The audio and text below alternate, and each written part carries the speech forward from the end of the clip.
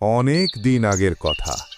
জঙ্গলের দুই শাসক, সিংহ আর বাঘ, দুজনেই শক্তিশালী, কিন্তু একে অপরকে সহ্য করতে পারত না। একদিন নদীর ধারে হরিণ শিকার করতে গিয়ে একই সঙ্গে লাফ দিল বাঘ আর সিংহ। হরিণ পালিয়ে গেল। তখন শুরু হলো তাদের ঝগড়া। এই শিকার আমার ছিল। না, আমি আগে দেখেছিলাম। ঝগড়াটা এত বড় হলো যে তারা ঠিক করলো, যুদ্ধে যার জয় হবে, জঙ্গল তারই হবে। পরের দিন ভোরে যুদ্ধ শুরু হলো। ঘণ্টার পর ঘণ্টা চলল ভয়ঙ্কর লড়াই। শেষে দুজনেই ক্লান্ত হয়ে মাটিতে পড়ে গেল। তোমরা দুই রাজা নিজের শক্তি নষ্ট করলে, আর হরিণ সে তো এখনো বনের ভেতর আনন্দে ঘুরছে। বাঘ আর সিংহ একে অপরের দিকে তাকালো।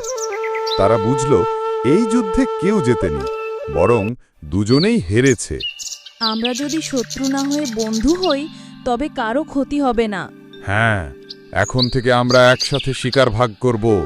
গল্পের শিক্ষা: লোভ আর অহংকারে লড়াই করলে লাভ হয় না, বরং দুজনেরই ক্ষতি হয়।